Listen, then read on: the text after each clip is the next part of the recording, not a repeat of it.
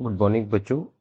आज जो है क्वेश्चन नंबर 9 जो है ये हम लोग करेंगे एक्सरसाइज नंबर 11.2 क्लास 8th का।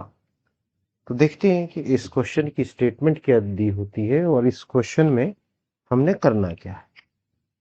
देखिए इस क्वेश्चन में साफ तौर पर लिखा है कि top surface of raised platform is in the shape of regular octagon.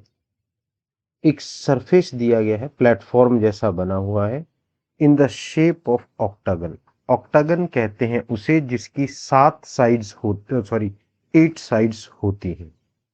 जैसे इसका नाम मैं ए लिखूं, इसका नाम बी लिखूं, इसका नाम सी, डी, ई, एफ, जी और ये लिख दिया मैंने इसका नाम एच। 1 2 3 4 5 6 7 और 8, इसको कहा हमने ऑक्टागन शेप। रेगुलर ऑक्टागन है। रेगुलर वर्ड लगाने से इनकी जो साइड्स है ये सारी बराबर, ये 5 है तो ये भी 5, ये भी 5, ये भी 5, ये भी 5, हर एक साइड 5, जैसा कि फिगर में दिखाया है। आपसे बोला है कि इस ऑक्टागन का एरिया निकालें। तो इसका एरिया निकालने के लिए जो इंफॉर्मेशन हमारे पास ऑलरेडी है उसका यूज करते हैं। तो इसको अगर देखें तो इसकी जो शेप है इसको मैं 3 बराबर हिस्सों में डिवाइड कर देता हूं। बराबर इन द सेंस कि मैं इसको काट के जैसी इसकी शेप है उस शेप में इसको मैं रख देता हूं, इस तरह से और ये इस तरह से। अगर इसको देखें तो इस पॉइंट को अगर मैं एच कहूं तो ये ए बन जाएगा, ये बी बन जाएगा, ये सी बन जाएगा और ये वाली जो लेंथ है ये 11 दी है और ये जो परपेंडिकुलर डिस्टेंस है इसकी ये 4 दी है और यहाँ साइड नहीं लिखी है पर ये भी 5 ही मीटर होगी। ये वाली साइड जो है ये भी 5 ही रहेगी क्योंकि सारी रेगुलर ऑक्टागन है तो सारी साइड्स 5 के बराबर होगी। तो इस शेप को अगर देखें तो ये शेप एक ट्रेपेजियम की तरह हमें दिखती है। मैं इस पूरे का एरिया निकालना चाहता हूं। एक पार्ट अलग कर दिया, दूसरा पार्ट मैं अलग से ले लेता हूं। अगर दूसरे पार्ट को देखें तो दूसरा पार्ट जो है कुछ इस शेप का मिलता है। इसका नाम एच, इसका नाम सी, इसका नाम डी और इसका नाम जी लिख देता हूं। इस पॉइंट को मैं यहां से इस तरह से मिला देता हूं तो यही पॉइंट बन जाएगा। ये वाली लेंथ 11 है और ये वाली 5 है। इसका एरिया निकालना बहुत आसान है। ये एक रेक्टेंगल का एरिया बना।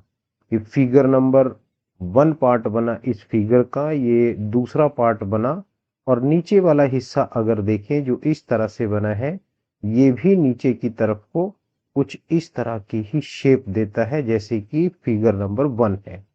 सेम इसकी जो लेंथ है ये भी 5 है क्योंकि हर साइड इसकी 5 है। ये और ये साइड आपस में बराबर है, ये 11 है, ये 11 है तो ये भी 11 ही रहेगी। इसका नाम जी है, इसका नाम डी है, इसका नाम ई है और इसका नाम एफ है। और ये जो गैप है it is also equivalent to 4 metre. अगर ऊपर वाले हाफ को और नीचे वाले पार्ट को देखें, इसको ये जो ट्रेपेजियम है ये सेम है, सिमेट्रिकल है। तो सेम जो एरिया इसका निकला वही इसका निकला, हमने ये अलग अलग करके निकालना है। तो एरिया ऑफ फिगर 1, फिगर 1 का एरिया अगर लें तो इसका formula half into perpendicular distance, इसका नाम एल रख देते हैं, एल। ये बन गया A L into sum of two parallel lines A B plus H C, A B plus H C. तो ये बना half into A L, A L देखें तो 4 है, इंटू ए बी 5 है प्लस एच सी ये 11 है।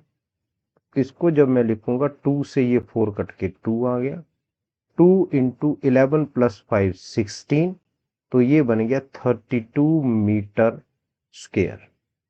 ये एक आंसर आ गया मेरे पास।